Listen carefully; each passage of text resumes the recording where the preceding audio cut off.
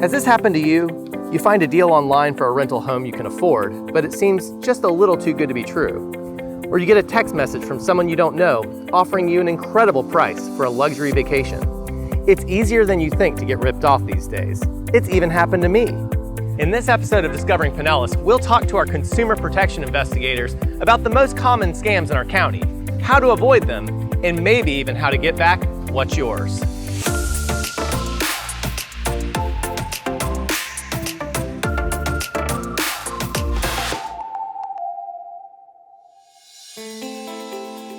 The AirPods I found online looked brand new, and they seemed like a safe bet. Still in the original package, sold on Facebook by a local person, and all for $30 less than on Amazon.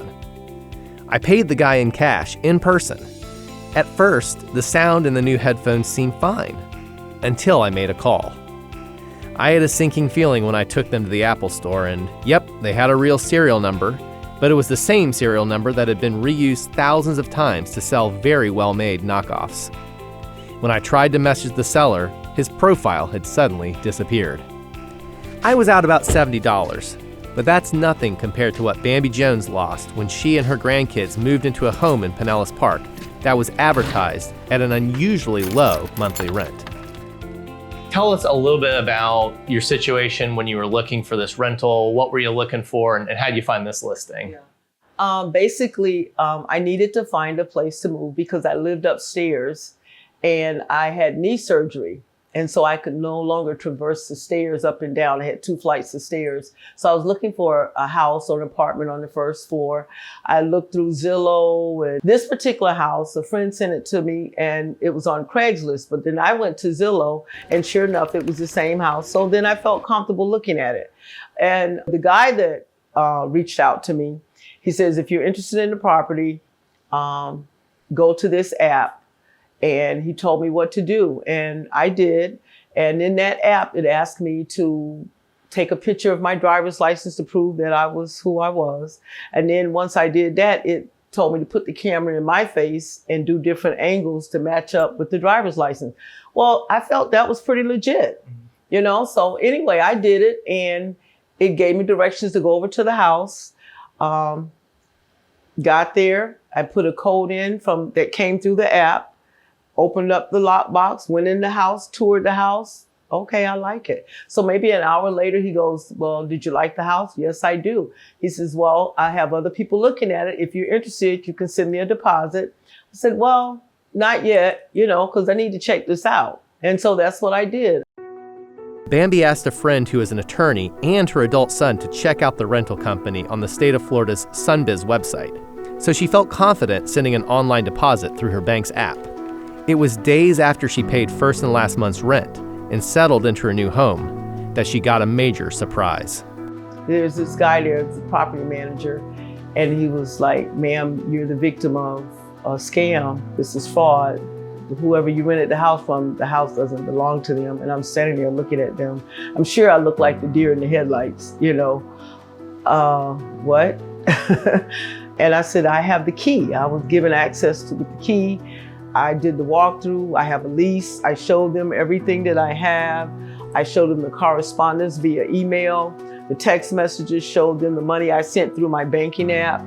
So the policeman told me, he says, just calm down. It's going to be okay because this guy is telling me you need to get out now, immediately. Well, I just gave this guy almost $3,000. I don't have money to get out now. When you contacted Consumer Protection, what did they tell you about the situation? When I spoke to them on the phone and when I explained what happened to them and they asked me specific questions about did I meet the person in person, and I told them no, and they said that was a red flag.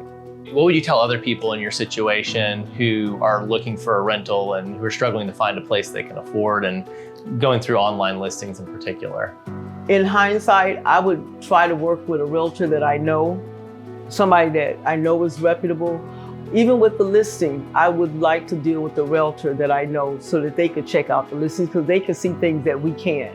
Because I had never been looking for a place, it's been a long time since I had to move, I didn't realize how desperately evil things are right now. And so that's my advice, is just don't just do due diligence, do due diligence. Thankfully, after Bambi's story made the local news, the community came through for her family by raising enough money to help them move to a new home. Sadly, her story is not unique these days. In the past year, Pinellas County Consumer Protection has uncovered more than 300 fraudulent listings across the county. And that's just the tip of the iceberg for the variety of fraud and business complaints the department handles. Investigator Anna Marie Fialos has a mission. Firstly, to help educate people to avoid falling victim to scams, and also to help them obtain justice. Anna Marie, why do you think these rental scams have become so commonplace in recent years? Well, rental scams are not new, but we are seeing an increase in these types of scams. With low inventory of affordable housing and then the increase in rental rates, the combination of the two fosters an environment for scammers to take advantage of vulnerable families or individuals that are seeking housing. So how do these rental scams work? What are the scammers trying to get from people? With any type of scam, especially rental scams, they're looking for personal information and money. And they do this by, the scam operates as far as hijacking legitimate listings and then reposting them on social media sites such as Craigslist or Facebook Marketplace.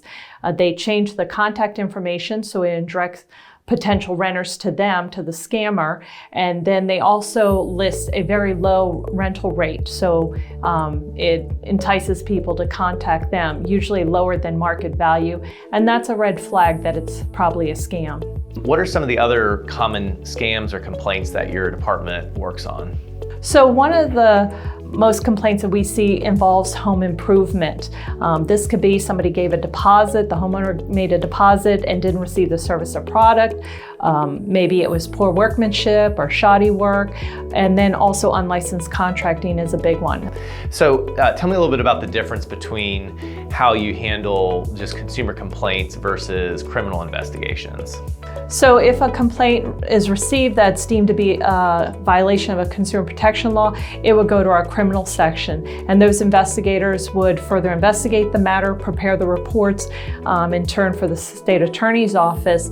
And we have 2 assistant state attorneys that are assigned to our department that work for the prosecution of those cases. And that could be charges or punishment to the offender, and also court-ordered restitution for the victim. So you spend a lot of time out in the community trying to educate people about how to avoid scams. What are some of the main red flags people can look out for to make sure they don't fall victim? Definitely. So I always advise consumers, if you don't recognize the number, you don't know who the caller is, don't answer. If you get an email and you don't know the sender or you can't verify them, don't respond to it, especially with these solicitations where they're asking for personal information or money up front. That's a red flag that it's probably a scam. Some of these pay apps, wiring money, cryptocurrency, gift cards is a huge red flag that it's a scam. Those are all forms of payment that are quick and instant. And once it's sent, it's very difficult to get back. And then also just the old saying that if it's too good to be true, it probably is. In the last year, Pinellas County Consumer Protection has responded to more than 1,000 consumer complaints and recovered $1.3 million in refunds, adjustments, and court-ordered restitution for residents. If you suspect you've been a victim of fraud, their team of investigators is ready to help.